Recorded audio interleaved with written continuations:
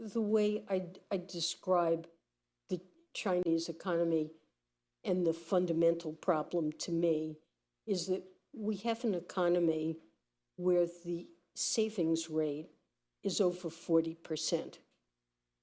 You really can't find other economies at this stage of development with a national saving rate that is over 40% of GDP. Another way of saying that is that domestic spending is just an unusually small fraction of GDP. In the United States, consumer spending is 2/3 of GDP. In China, it is just a fraction of that. Now, having a high savings rate like that is very valuable at an early stage of development when there are huge range of investments with high returns. And investment in infrastructure produced decades of really rapid growth in China. The returns from that began to peter out. And then real estate began to replace that huge amount of investment in property. Well, that created a bubble and all of the problems that are associated with problems in the real estate and property sector. So that isn't an area where those savings can go. So what about those savings and where are they going to go? And the decision that Xi has made is to try to channel those savings into investment in a set of advanced manufacturing sectors, and that includes clean energy, semiconductors, and other advanced manufacturing. And the level of subsidies has been utterly enormous.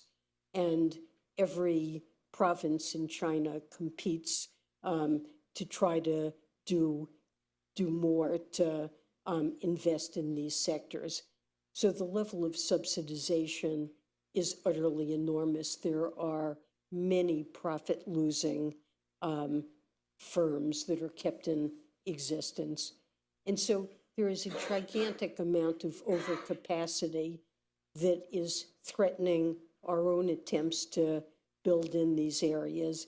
And not just the United States, but Europe has the same concern, Mexico, Brazil, India.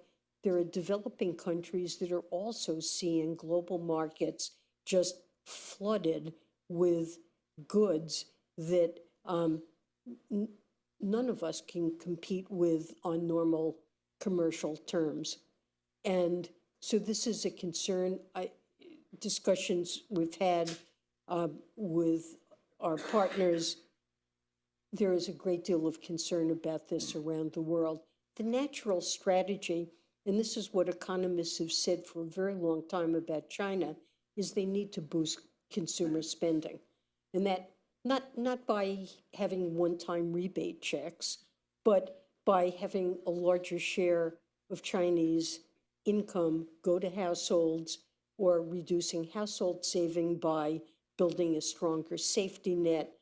These are things on which there's sort of global consensus, but it's not what China is doing or says that they will do.